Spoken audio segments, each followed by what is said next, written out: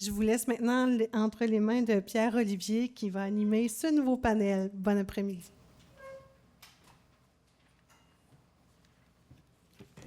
Alors, rebonjour tout le monde.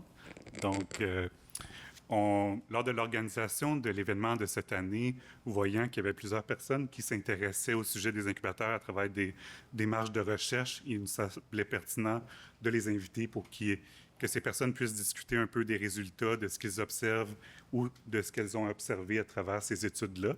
Donc, on a 3 panélistes qui vont pouvoir partager un peu les résultats de leurs travaux. Donc, je commencerai avec Fanny. Peut-être présenter un peu dans quel contexte a été réalisée ton étude, puis un peu c'était quoi les objectifs de ton étude. Mic check. Fonctionne. Fanny Delisle, encore. Moi, je gère des entreprises agricoles depuis une vingtaine d'années. On est en production laitière, grande culture, principalement. Puis, sérieusement, c'est des beaux domaines, mais pour moi, ça devient ennuyeux. J'ai plus de curiosité que ça. Une fois que je maîtrise la question, ça ne m'intéresse plus. Puis une chose que je remarquais autour de moi, parce qu'étant une grande gourmande, je fréquentais beaucoup les marchés, je fréquentais beaucoup les petites entreprises qui avaient des projets dits d'exception. Puis on en voyait beaucoup naître, mais beaucoup mourir. Puis quand on lisait les journaux, on avait beaucoup de témoignages de gens qui ont été en agriculture puis qui ont perdu leur santé physique, leur santé mentale, leur santé financière et leur âme est détruite à jamais. Et il y a vraiment des articles qui sont à ce point-là. Là. Puis je trouvais ça super dommage parce que souvent, c'est des entreprises que j'avais visitées ou côtoyées ou desquelles j'avais acheté. Puis je me disais, comment ça se fait qu'on n'arrive pas à passer à travers une certaine barre? Les gens démarrent 1 an, 2 ans, 3 ans. Après la 3e année, c'est difficile, 4 ans. Puis la barre du 5 ans se passe très, très mal. Alors que chez nous, avec mon époux, nous avons créé beaucoup de synergies, beaucoup d'opportunités pour faire grandir les entreprises. Puis on pensait jamais bâtir un si gros gâteau. On est juste 4 à le manger, c'est peut-être pas assez nombreux. Fait qu'on s'est dit, est-ce qu'on peut, à partir de ce qu'on a présentement, ajouter des gens à la recette pour grandir encore? Puis je pense que ça, c'est possible. Puis c'est de là que j'ai voulu travailler à créer un incubateur. Puis pour être certaine de bien faire ça, l'année passée, je suis retournée aux études. J'ai fait un MBA exécutif à HEC McGill et ma question de recherche à la fin était justement sur la productivité des incubateurs, les facteurs de réussite, les facteurs qui peuvent être des défis. Est-ce que le modèle d'affaires est viable? Fait que c'est un peu ce que je vais vous présenter aujourd'hui. Merci, Fanny. Maxime, je te cède la parole pour présenter un peu la même chose, le contexte de ton projet, puis les objectifs. Bonjour, vous m'entendez? Très bien. Donc, c'est ça, Maxime Lelièvre. Puis, j'ai travaillé aussi en agriculture, en maraîchage bio. L'entreprise, elle a fermé, puis à la suite de ça, j'ai travaillé avec l'Artère en Outaouais. Ça a duré à peu près 1 an.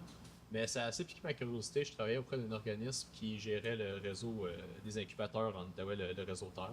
À l'époque, c'était seulement la plateforme agricole de l'Ange Gardien, mais maintenant, il y en a 3 autres qui y sont rattachés. C'est à ce moment-là que j'ai... Comme ça? C'est bon? OK, merci.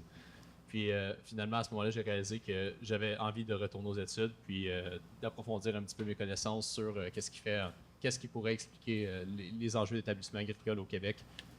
Puis ben, là, j'ai ouvert une canne que je n'ai pas encore fermée. Là, puis j'étais encore là-dedans aujourd'hui. Mais l'étude que j'ai portée, c'est ça, justement. C'était auprès de 9 incubateurs d'entreprises agricoles qui, à l'époque, étaient actifs depuis au moins 2 ans.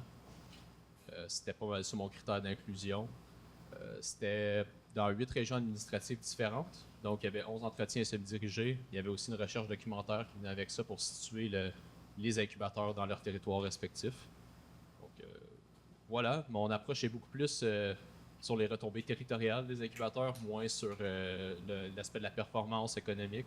Donc, je pense que ça va bien se compléter les discussions aujourd'hui, puis ils vont être super pertinentes, on l'espère en tout cas. Tout à fait, merci. Merci, Maxime. On pourra revenir un peu plus tard sur les résultats. De ton côté, Malik, on comprend que c'est un projet qui est encore en cours de réalisation. Donc, peut-être la même chose, présenter un peu le contexte, les objectifs de ton projet. Alors, merci beaucoup à Pierre. Peut-être approcher un peu plus. C'est bon, ok. Moi, je me présente Malik Thiaw. Actuellement, donc, je suis étudiant en maîtrise en agroéconomie ici à l'Université de Laval. Alors, nous, ce qui a un peu motivé notre projet de recherche, c'est juste que les incubateurs, c'est des structures d'accompagnement qu'on sait qu'ils apportent beaucoup de bien aux incubés. Donc, ils essayent aussi de travailler pour la relève agricole et il y a aussi des enjeux sur l'établissement agricole. Et nous, on s'est posé la question. On sait que c'est des structures qui sont importantes, qui quand même aident aussi les incubés. Et c'est des entreprises où c'est des structures où il n'y a pas assez de recherches qui ont été effectuées à ce sujet. Et on s'est demandé pourquoi pas aller voir leurs performances. Parce que aussi c'est des structures qui sont dépendantes beaucoup des financements externes. Je pense qu'on va revenir là-dessus.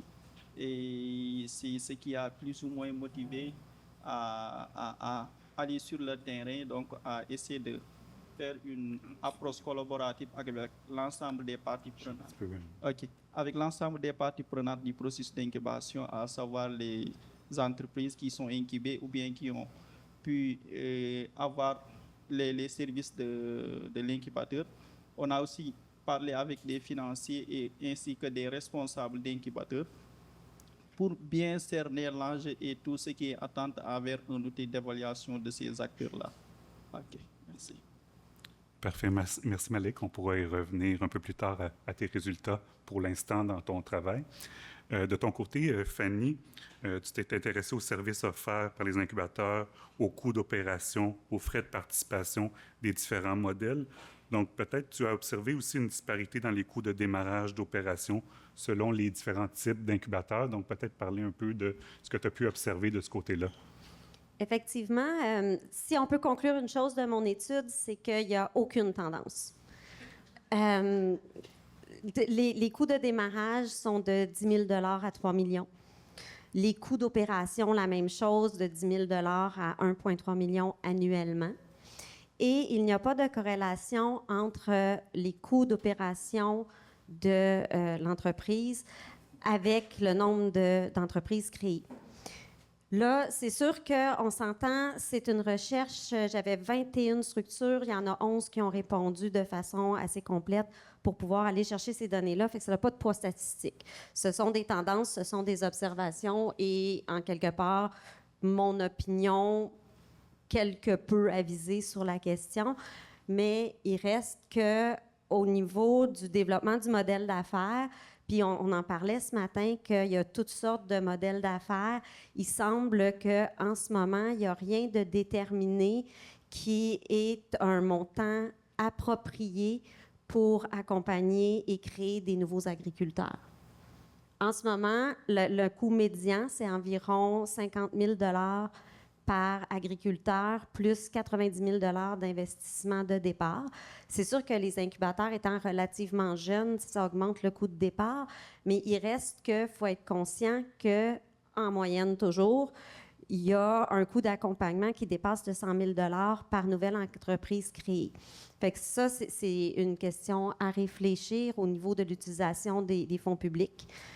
Et est-ce que est-ce que cette utilisation de fonds-là pourrait être faite autrement, de façon à ce que le coût des nouvelles entreprises soit moindre?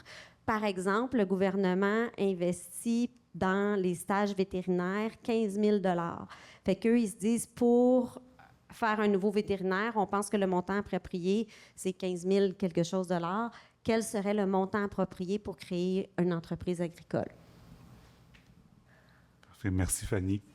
Si on revient à toi, de ton côté, Maxime, dans ton projet, tu t'es intéressé un peu aux différentes phases de développement de l'incubateur. On comprend que tu t'es intéressé aux retombées sur les territoires, mais aussi ce qui influence un peu les acteurs dans les différentes étapes. Donc, peut-être parler un peu à l'étape de conception du projet d'incubateur, un peu, c'est quoi les influences pour les acteurs? Oui. Donc, dans le guide, ça se rapproche beaucoup de la phase de démarrage, si je ne me trompe pas. Donc, pour saisir à la base les retombées territoriales des incubateurs, il nous fallait un cadre conceptuel, une façon d'analyser le développement des incubateurs aussi. Puis, avec la revue de littérature, ça nous a permis de vraiment le développer en 3 parties. Donc, la phase de conception, la phase de mise en œuvre en deuxième et la phase d'appropriation. Vite fait, pour expliquer les 3, la phase de conception, c'est vraiment les enjeux qui sont liés au contexte d'implantation. Donc, qu'est-ce qui est pris en considération par les différents acteurs qui mettent en place l'incubateur au moment de concevoir ou d'idéaliser leur projet, mais aussi la vision qui se porte, fait qu'ils vont mettre en place une mission, des objectifs, comment que ces deux-là ils vont avoir des liens un avec l'autre, mais aussi quels acteurs vont avoir le droit de parole, comment ils vont organiser leur droit de parole à la base. T'sais. Donc, c'est de réfléchir à tout ça lors de la phase de conception. La phase de mise en œuvre, c'est plus la structure administrative, donc la structure juridique, en fait, la gouvernance, comment que vont se mettre en œuvre ces idées-là qu'il y avait au départ, mais aussi comment ils vont mobiliser les ressources. Donc là, tous les enjeux de viabilité, les ressources qui existent déjà sur le territoire aussi, comment ils vont être mobilisées, ces choses-là. La troisième étape d'appropriation, ben, c'est vraiment de voir après ça comment est-ce que les actions, les activités qu'on a mis en œuvre, comment ils retombent avec ce qui existe déjà dans les territoires, mais aussi comment ils vont s'intégrer avec ces outils-là. Après ça, on va aller évaluer, on va aller chercher le retour des participants, comment que, par exemple, les aspirants ont vécu leur passage à l'incubation. C'est important d'avoir le retour de leur perspective aussi. Fait que ça va être ça qu'il faut conclure un peu la troisième étape, mais il faut voir ça aussi comme une boucle. C'est pas vraiment quelque chose il n'y a pas un point de départ puis un point d'arrêt, c'est quelque chose qui est en constante évolution. Donc, pour revenir à ta question, vraiment la phase de conception, ben, lorsque j'ai fait les entretiens, il y a plusieurs trucs qui sont revenus constamment. Je pense que le plus important, c'était vraiment de rallier les partenaires qui existent déjà dans les territoires, de s'assurer de ne pas répéter ou de dédoubler des actions qui sont déjà en œuvre.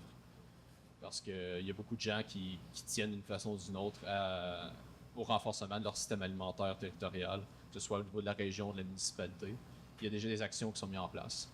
Fait que quand on parlait plus tôt ce matin dans la phase de démarrage, vraiment de réfléchir à est-ce que le modèle que je souhaite mettre en place, est-ce que c'est pertinent de mettre un incubateur en place, un modèle, peu importe la façon que vous pensez qu'il va être pertinente pour que la relève puisse s'établir de façon alternative sur le territoire, bien, c'est d'y aller avec les efforts qui sont déjà mis en œuvre par les gens sur votre territoire.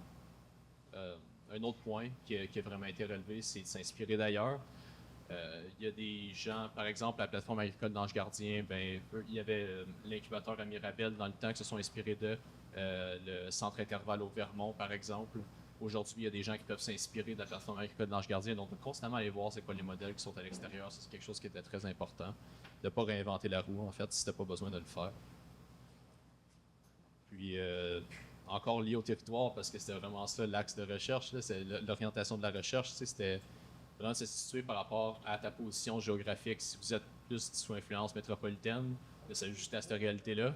Puis. Ah. Ouais, il est fermé.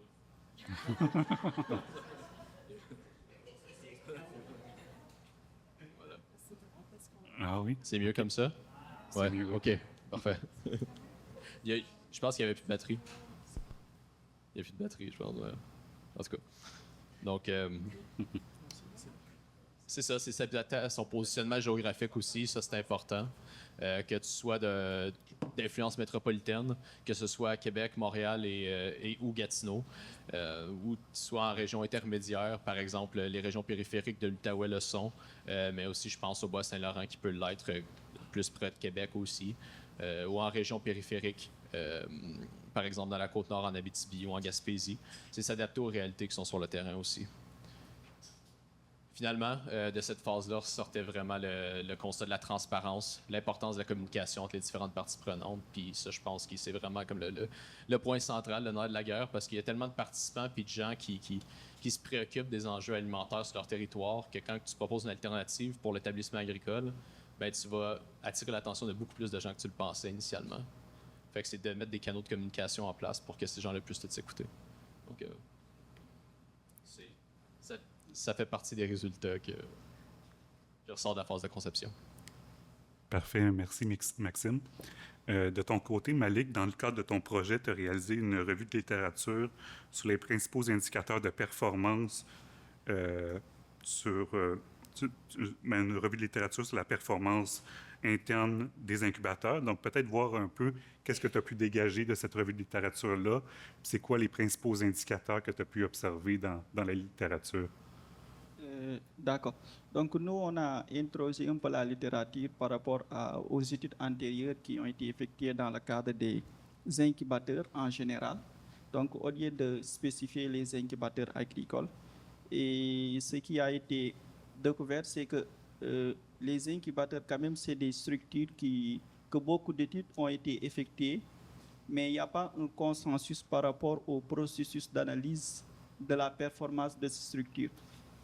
Donc, pour certains acteurs, ils pensent que la performance de l'incubateur, ça peut être analysé à travers la satisfaction des parties prenantes. Donc, les différentes parties prenantes, ça peut être les incubés, ça peut être les coordonnateurs ou bien les financiers qui accompagnent ces structures. Et il y a d'autres aussi qui pensent que la performance va dépendre des résultats de l'incubateur, soit au nombre d'entreprises incubées, au nombre d'entreprises créées, ou bien le taux de survie de ces entreprises après avoir passé au niveau de l'incubateur. Et il y a quand même une dernière partie qui pense que cette performance doit être évaluée à travers les ressources qui sont mises à la disposition de ces incubés, donc pour faciliter leur démarrage d'entreprise. Et cela donc montre un manque de consensus sur l'approche. Et nous, ce qu'on a fait, on a essayé de faire une approche collaborative, c'est-à-dire de parler avec l'ensemble des parties prenantes ici au Québec. Et ce qui a été découvert comme premier résultat, parce que j'ai un peu oublié de mentionner cela, c'est que nous, notre étude, c'est réparti en deux phases. La première phase, c'était de comprendre réellement quelles sont les attentes des parties prenantes, c'est quoi leurs besoins en outils d'évaluation, comment l'outil-là pourrait être intéressant pour les aider dans le pilotage de leur organisme. Et la deuxième phase, c'était de mobiliser des indicateurs qui ont été présentés, qui sont pertinents et de voir est-ce que réellement c'est des indicateurs qui sont applicables sur le terrain. Et ce qu'on a pu, pour revenir un peu sur la question, c'est que quand même, il n'y a pas un cadre d'évaluation qui est commun, que ce soit les chercheurs, les acteurs sont tombés d'accord pour analyser la performance. Et ça peut être illustré par le débat qu'on a assisté ce matin. Il y a quand même, chacun a son point de vue par rapport aux incubateurs. Et il y a un problème, il y a une problématique méthodologique et il y a une problématique conceptuelle aussi.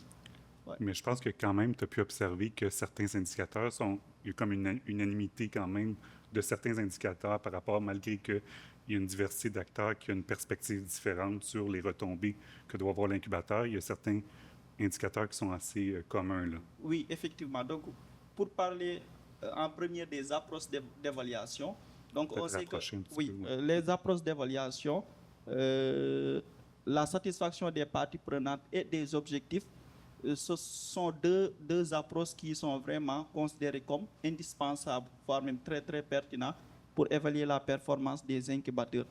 Et pour les indicateurs, on a noté qu'il y a des indicateurs qui sont spécifiques aux financiers.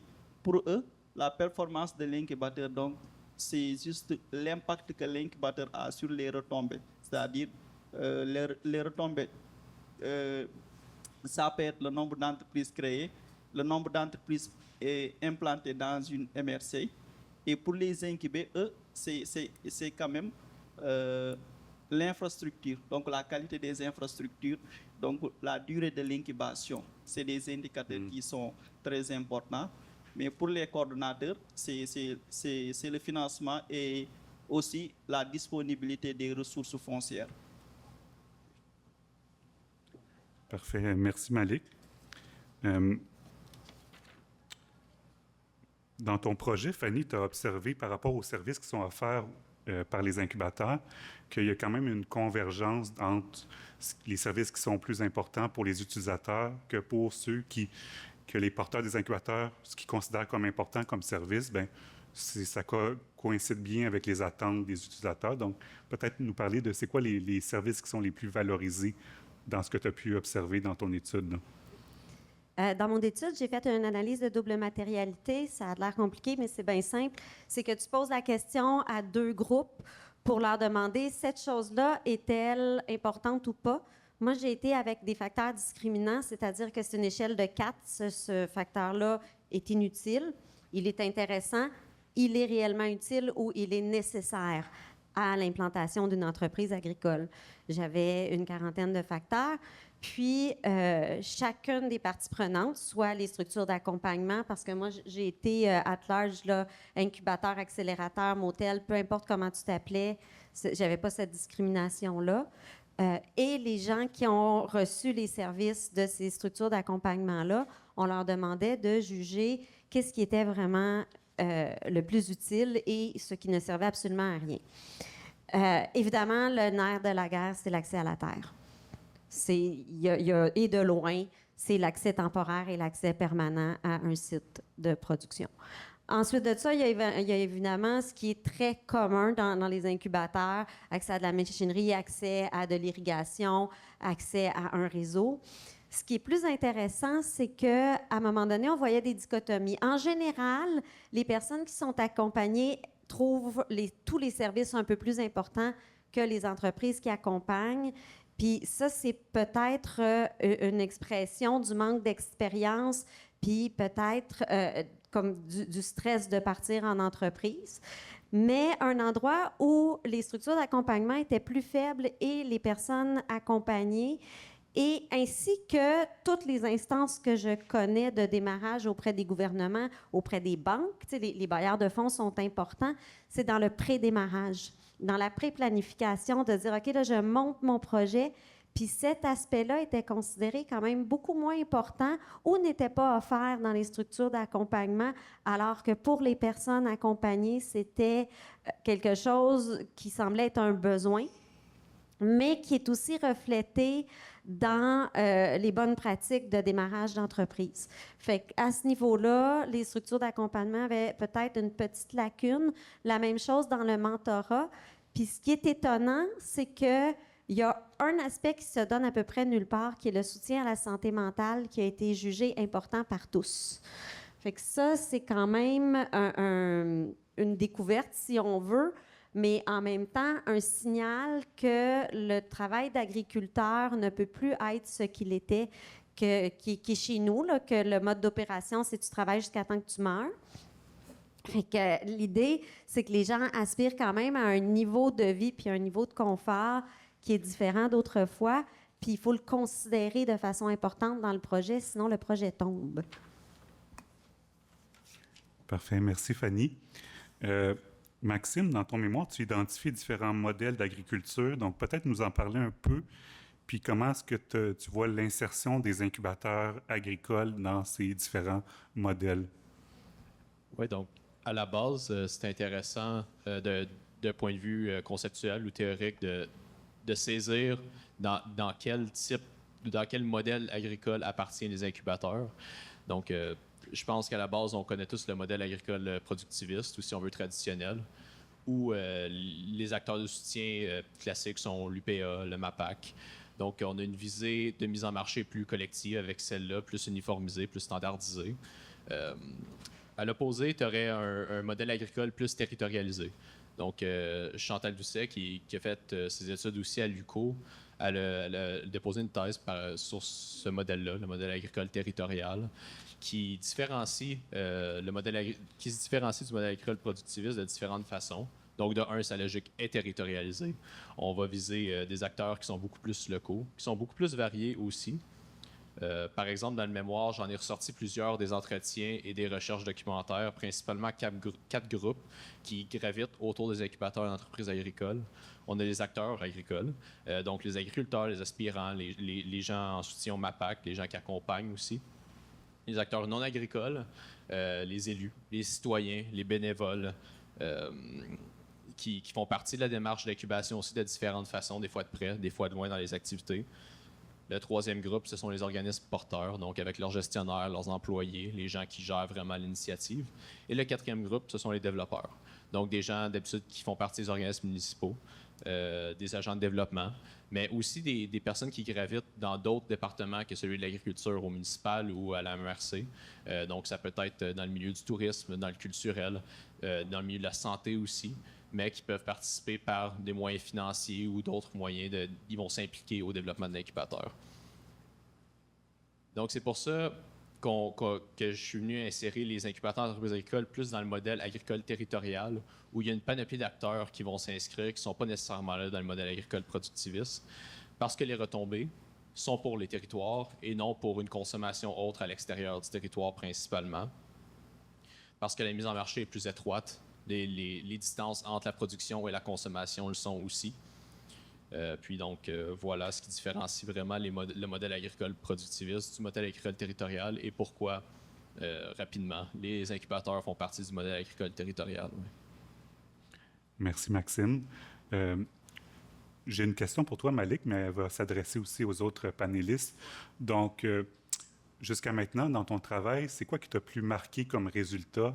Ou est-ce qu'il y a des éléments qui t'ont surpris dans les résultats de ton étude jusqu'à maintenant? Par rapport aux résultats, quand même, il y a beaucoup de choses qui m'ont surpris. Parce que les incubateurs, donc moi, j'ai constaté à travers l'analyse du discours des participants, c'est en général des structures qui sont un peu concentrées sur l'économie sociale. Et dans le cas des incubateurs, tout ce qui est vente de services, donc c'est un élément très, très important. Donc, si on prend l'exemple des incubateurs qui sont dans le domaine de la technologie, c'est-à-dire le fait que l'entreprise incubée, ou bien le fait que l'incubateur, en tant que structure d'accompagnement, puisse gagner des revenus par rapport au fait d'accompagner des incubés, des entreprises. Et moi, j'ai constaté que dans le cas des incubateurs agricoles, ce n'est pas quand même ce qui est le cas. Donc, c'est des structures où tout ce qui est vente de services n'est pas très important. Autrement dit que le fait d'accompagner des entrepreneurs ne constitue pas donc une façon d'assurer de l'équilibre financier. Donc, c'est des structures qui sont vraiment dépendantes au financement externe. Et à part cela aussi, j'ai constaté qu'il y a des indicateurs de performance qui sont propres au secteur agricole, comme la qualité des infrastructures, la disponibilité du foncier et aussi la satisfaction des parties prenantes, surtout les incubés. C'est quand même un aspect qui est vraiment soutenu dans le cadre des incubateurs agricoles. Et aussi, au-delà des résultats, j'ai constaté aussi que c'est quand même un secteur où il n'y a pas assez d'études qui ont été effectuées et il y a tellement d'enjeux, il y a tellement de choses qu'on peut aller chercher, qu'on peut aller donc s'interroger pour comprendre réellement. Parce que ce qui est compris pour le moment, c'est des structures qui accompagnent des incubés. Et donc, ils aident les entrepreneurs, ils facilitent la relève, la création d'entreprises agricoles. Mais il n'y a pas assez de questions qui sont posées sur la gouvernance de ces structures-là et aussi comment les structures assurent leur pérennité dans le temps. Okay. Donc, parmi les éléments, il y a l'importance de la mission sociale des incubateurs. Oui. Puis l'aspect, la particularité du contexte agricole, comment évaluer ces incubateurs-là. Peut-être que la littérature t'amène pas vraiment des indicateurs qui sont, de façon générale, un peu loin du secteur agricole ou des réalités, c'est ça? Ou... Oui, c'est ça. C'est que dans la littérature, il y a de ces auteurs, donc ils soutiennent que analyser, pour faire une évaluation de la performance des incubateurs, donc il faut emprunter une démarche ou bien un processus d'évaluation qui est adapté au contexte. C'est-à-dire aujourd'hui, on ne peut pas prendre une démarche d'évaluation qui est propre au secteur agricole et d'aller tester ça dans un autre secteur. Et moi, ce que j'ai pu constater, c'est que cette conclusion-là, c'est avéré, c'est vrai. Et quand même, on a fait pas mal de conclusions qui sont des apports théoriques et des apports méthodologiques dans dans la recherche sur les incubateurs agricoles. Parfait, merci Malik. De ton côté, Maxime, un peu ce qui t'a le plus surpris ou marqué dans les résultats de ton étude? Ben, je pense que je vais continuer un petit peu avec ce que Malik disait. Tu sais, non seulement ça se transpose mal d'un secteur à l'autre, agricole ou autre par exemple, mais l'évaluation d'un incubateur va difficilement se faire, je trouve, d'un territoire à l'autre aussi. Parce que les objectifs vont être mis en place par des gens qui visent à répondre à un besoin particulier sur leur territoire à eux. Puis, dans ma tête, logiquement, ce serait difficile de transposer des objectifs d'un incubateur ou, par exemple, d'un mode d'accès à la terre alternatif d'un territoire à l'autre, parce que ben, ce mode d'accès à la terre-là doit être adapté aux réalités de ce territoire-là. Donc, comment tu le transposes à un autre? Il peut avoir des points communs, des ponts à adresser, puis je pense que c'est ça l'objectif aussi de la conversation aujourd'hui. Mais de façon générale, c'est d'assumer puis de comprendre le fait que chaque territoire a ses propriétés, puis le système alimentaire va être propre à un territoire précis. Donc, Oui. C'est juste que ce que Maxime vient d'expliquer, donc ça m'a un peu réfléchi la mémoire. C'est que les incubateurs agricoles en général ne sont pas créés pour les mêmes objectifs. Donc, chaque structure est créée pour répondre à des enjeux spécifiques à un territoire donné. Et cela aussi montre l'importance de mettre en place un cadre d'évaluation qui est flexible, c'est-à-dire qui pourra être adapté selon les besoins et les attentes de chaque incubateur. Et ça aussi, ça fait partie des constats qu'on a pu voir dans nos résultats. Parfait. Merci pour le complément, Malik. Merci, Maxime. De ton côté, Fanny? De mon côté, la façon dont j'ai abordé la question, c'est de se dire, est-ce que les structures d'accompagnement livrent réellement la mission? Puis la mission à laquelle je me suis rattachée, c'est la définition du réseau Racine, qui a quand même été réfléchie de longue date et concertée, tout ça, où ça parle d'accompagnement, parle de diversité, parle de collectivité, parle de synergie. Il y a toutes ces choses-là qui sont nommées à prime abord et qui se traduisent moyennement dans les services puis la façon dont ils sont offerts, en ce sens que les incubateurs et les services d'accompagnement sont relativement homogènes, très axés sur le maraîchage biologique, peu axés sur les régies régénératives, alors que c'est très en demande chez les personnes accompagnées, zéro régie conventionnelle. De la même façon, très maraîcher, donc on oublie les filières fibres, les filières animales, c'est très peu représenté. Ensuite de ça, excusez, je vais rassembler mes idées. Dans les choses que j'ai observées, on parle, c'est bien représenté par région, mais il y en a une par grande région. Fait que la plupart des gens sont à 1 heure, 2 heures de route de ces incubateurs-là. Fait que même si on parle de couverture régionale, de façon, quelqu'un qui est dans une région où il y en a peu, ils ont le choix entre un. Fait qu'au niveau de la disponibilité des lieux, de la disponibilité de l'accompagnement, on parlait tantôt du Germoir, qui est sur un hyper grand territoire déjà, puis qu'on a des demandes à l'extérieur du territoire. Il y a des petits manquements à ce moment-là où la mission des incubateurs n'arrive pas nécessairement à se livrer avec autant d'efficacité qu'on pourrait espérer. Parfait. Merci, Fanny. Donc, on prendrait des questions, si vous en avez, pour nos panélistes. Donc, questions, commentaires. Simplement vous levez si vous avez une question. Moi, j'en ai. Mon Dieu, est-ce que vous avez tous trop mangé? Que se passe? Ah oui! Ben, c'est une question... Oh, je voulais me mettre proche, hein, mais en fait, est-ce qu'il est possible d'avoir accès à vos études? Oui. Parce que c'est super intéressant, c'est justement là-dedans qu'on est, dans l'évaluation et tout ça. Fait que moi, je trouve ça super riche, puis j'aimerais ça en savoir plus sur ce que vous me partagez. Moi, elle est disponible sur le site du Réseau Racine. Fait que Oui, vous allez, réseau Racine, publication, pouf.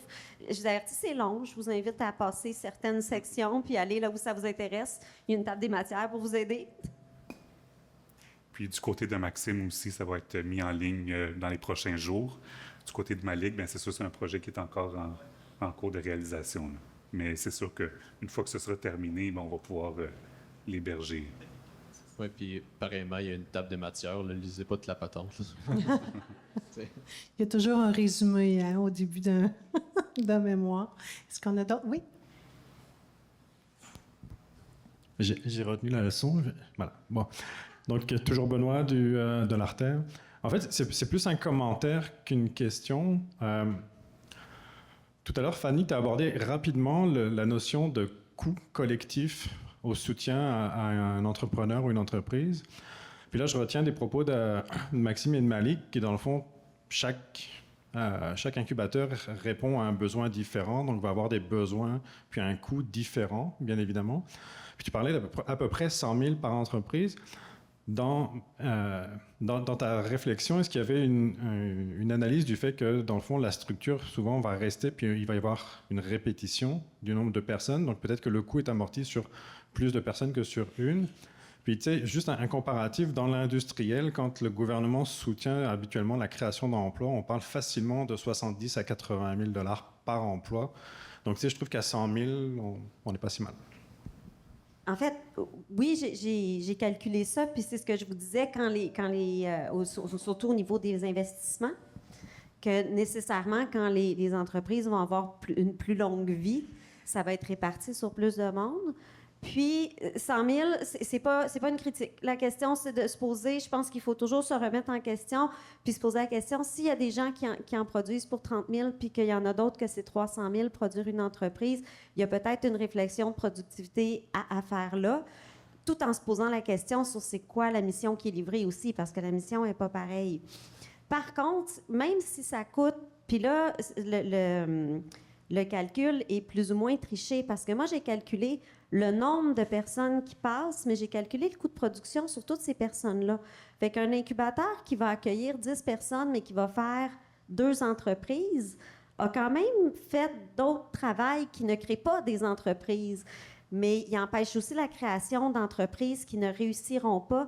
Puis il y a beaucoup d'argent qui est investi, du temps, beaucoup de ressources qui sont investies de la part des municipalités, des MRC et des gouvernements dans les entreprises en démarrage. Fait qu'on a peut-être une économie aussi qui se fait à ce niveau-là. Puis dans la mission des incubateurs, c'est peut-être quelque chose qu'on devrait mettre en lumière. Et le fait qu'une entreprise passe par un parcours d'incubation augmente drastiquement sa chance de réussite. Fait que dans les faits, on fait aussi, tu sais, moi j'ai calculé en termes d'entreprises créées, mais il y a aussi une mission de triage qui se passe là, qui n'est pas vraiment publicisée. Merci Fanny. Est-ce qu'on a une autre question? Oui? Bonjour. Oh my God, c'est fort. Tu as mentionné que les... Excusez-moi, j'ai de la difficulté à parler. Dans ton étude, tu as mentionné qu'un besoin criant pour les collaborateurs, comment ça s'appelle? Les gens qui participent au projet de... Participants. Oui, voilà. Aux participants, un besoin criant qu'ils mentionnaient, c'était la santé mentale. On sait que la santé mentale, loin des villes, dans les régions, c'est compliqué. On sait que la santé mentale auprès des agriculteurs, c'est très compliqué. Est-ce que vous auriez des suggestions, des idées, des possibilités sur comment on peut adresser ce besoin criant et est-ce que ce serait pertinent ou pas de l'intégrer au projet d'incubation? Ah, non, ça va très bien. Agriculture. Non, ben, en fait, le niveau santé mentale, je pense qu'il se fait beaucoup dans le réseautage, d'être en contact avec des gens qui vivent les mêmes choses que toi, puis des gens qui viennent de surmonter ça, ça crée vraiment un support important. Puis ce qui manque beaucoup, c'est justement ce contact régulier-là. Puis quand l'incubateur ou la structure d'accompagnement est permanente sur un lieu, ça fait en sorte que les gens se rencontrent puis peuvent se soutenir les uns les autres. Après ça, il y a quand même une responsabilité de donner les meilleures conditions. En agriculture, moi, je fais partie du monde agricole, puis j'ai parlé, puis on parle beaucoup de la charge mentale des femmes, du taux de suicide absolument incroyable chez les hommes. J'ai perdu beaucoup de collègues comme ça, puis tu sais, quand on parle de suicide, beaucoup, c'est pas 22, là. À partir de 3, tu commences à trouver que ça fait beaucoup. Mais c'est très, très peu reconnu, effectivement. Fait que ça, je pense qu'il y a des efforts qui se font beaucoup au niveau de l'UPA, mais le fait de se regrouper puis de profiter de l'expérience de nos collaborateurs puis d'avoir un filet de sécurité derrière toi quand tu te sens submergé, je pense que ça va faire juste ça, beaucoup de chemin. Puis Geneviève du Germois disait, bien, nous, on est loin, mais justement, on fait du réseautage pour se rapprocher. Fait que je pense que il va falloir le renommer dans nos entreprises, dans nos structures d'accompagnement, mais d'attirer une attention vers ça. Il y a déjà beaucoup de choses qui se font puis qui ne sont juste pas packagées de cette façon-là. J'aimerais ajouter, je ne sais pas à quelle échelle ça se passe, mais écoute agricole en Outaouais, ça existe. Je pense de Laurentide aussi. Oui, donc ça s'arrête-tu à Outaouais-Laurentide ou ça va ailleurs aussi, savez-vous?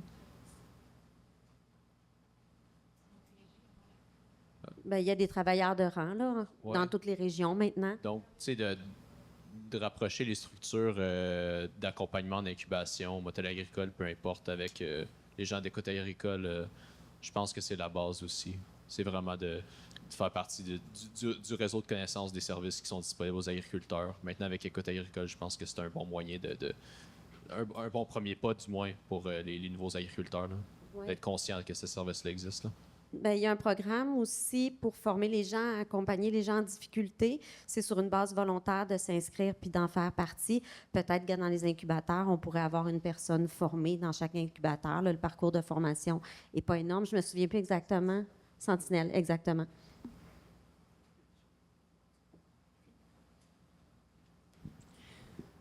Oui. OK, il y a une question. Je voulais apporter quelques contributions par rapport à la question de madame.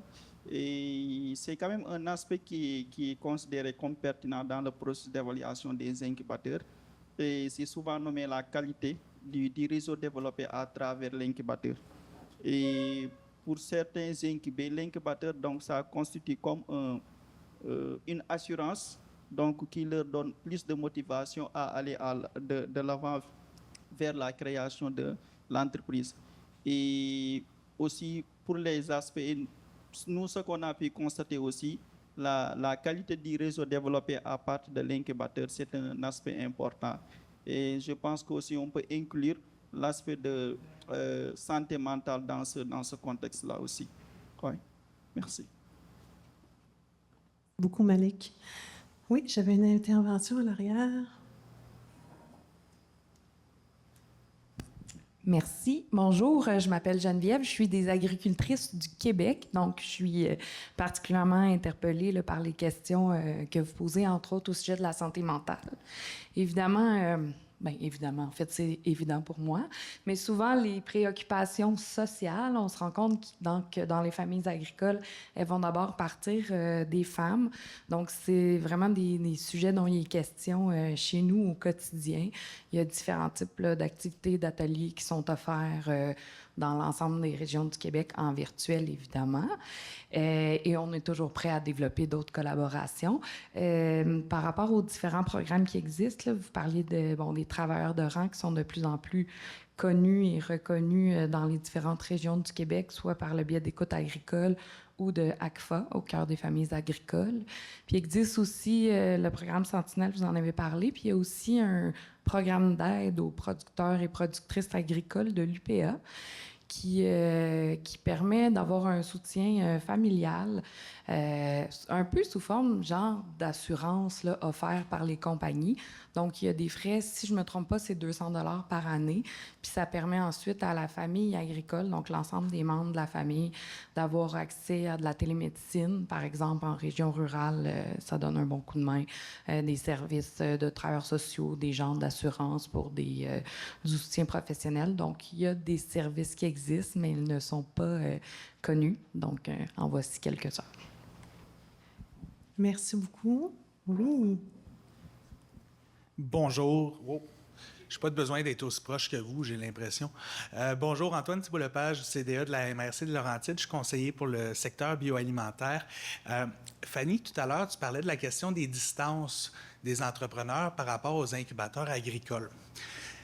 Moi, dans mon coin, je gère un incubateur qui est spécialisé en transformation alimentaire, donc pas nécessairement dans le même milieu, mais secteur proche. Puis, on vit le même enjeu, en fait, au niveau des distances. Moi, je suis dans les Laurentides, on a quand même un bon territoire. Puis, justement, bien, quand on est des Hautes-Laurentides, se déplacer jusqu'à Sainte-Agathe-des-Monts pour venir faire de la transfo, c'est complexe. Mais tantôt, dans une des présentations, on voyait qu'il y a beaucoup d'incubateurs agricoles, finalement, qui ne réussissent pas à avoir la masse critique nécessaire pour arriver à la rentabilité ou à la pérennité. Je me demandais jusqu'où on va par rapport à ça. Ma question, j'en aurais de la tête que je sais qu'il y a de plus en plus d'incubateurs similaires aux miens qui se développent également. Puis nous, de notre côté, au niveau régional, on commence à se poser des questions parce que s'il y en a trop qui se développent, c'est sûr qu'on n'arrivera jamais à atteindre cette masse critique-là à l'interne. Donc, jusqu'où on va, la poule, l'œuf, je me demandais votre perception par rapport à la question des distances. Encore moi. Moi, je pense que les incubateurs, c'est un concept nouveau. Ne pas avoir accès à la terre, c'est un concept nouveau. Puis, tu sais, j'ai sorti des chiffres tantôt, puis là, il y a quelqu'un qui s'est levé puis qui a parlé des FUSAC. Il y a tout d'un coup, la MRC de Brome-Missisquoi aussi a fait tout un mémoire sur les diverses façons d'accéder à la terre puis les divers modes de possession qui est super intéressant. Mais c'est des concepts nouveaux, puis on est très, très pris dans nos idées reçues que les agriculteurs, ils font fortune en revendant leur terre. Fait que dans les faits, je pense que notre problème en ce moment, c'est un problème de visibilité, de communication des possibilités qu'il y a à travers ce modèle-là par rapport au fait que le recrutement de nouveaux est difficile, alors que dans les écoles d'agriculture, particulièrement les DEP, les cégeps, tout ça, il y a quand même un bel achalandage. L'agronomie, c'est en train de planter, je suis bien d'accord, tout ça, mais il y a vraiment une volonté de se mettre à l'agriculture, mais les gens ont de la difficulté à reconnaître qu'il y a des modèles qui vont les rendre prospères là-dedans en raison de tous les témoignages préalables. Puis dans la terre de chez nous, la semaine passée ou l'autre semaine d'avant, il y avait quelqu'un justement qui témoignait, puis il y avait une ville qui parlait, nous, notre incubateur, ça a été un moteur économique, puis il y a une personne qui était passée à travers, qui donnait son appréciation, puis ses souhaits. Et je pense que ces articles-là, puis notre effort au Réseau Racine aussi à publiciser le modèle d'affaires, puis à publiciser les réussites avec ça, vont changer la donne. Parce qu'on a de la place, tu sais, le MAPAC considère qu'il y a de la place pour beaucoup plus d'entreprises agricoles. Et les entrepreneurs agricoles cherchent de l'aide. Fait que je pense qu'on a juste surtout un problème d'arrimage. Est-ce que Maxime, Malik, vous voulez ajouter là-dessus?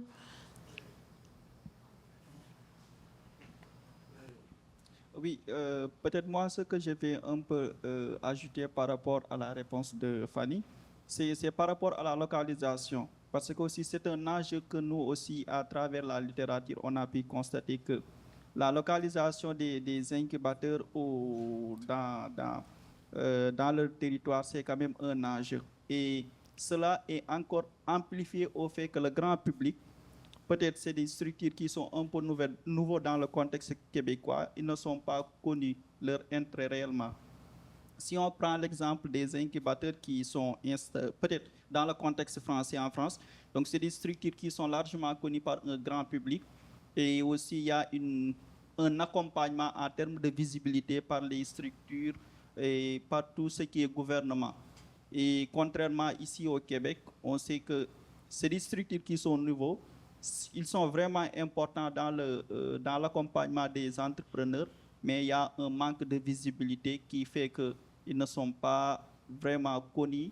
Et aussi, il y a beaucoup d'entrepreneurs qui veulent se lancer dans l'agriculture, mais ils n'ont pas l'information, à savoir la disponibilité d'une telle structure qui leur permet de tester leurs idées d'entreprise avant de démarrer. Et aussi, ça peut être un sujet de réflexion par rapport aux acteurs qui sont ici.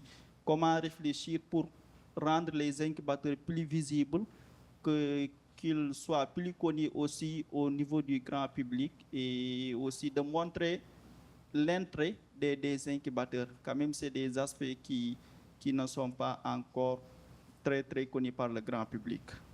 Ouais. Bien, merci à tous pour vos questions pour nos panélistes. Et je tiens à remercier nos 3 panélistes pour leur intervention, mais aussi pour leur contribution au développement des connaissances sur les incubateurs agricoles. C'est important. On l'a mentionné, il y a peu d'études qui ont été faites pour l'instant. Donc, on a 3 personnes qui y contribuent. Donc, merci à vous 3. Puis, dernière intervention, Fanny. J'ai un petit mot de la fin. Oui. Je sais que le temps, puis moi aussi je vis ça, est très court et on a beaucoup de travail. Puis une des choses dont on discutait, Pierre-Olivier et moi, c'était les taux de participation quand il y a des études.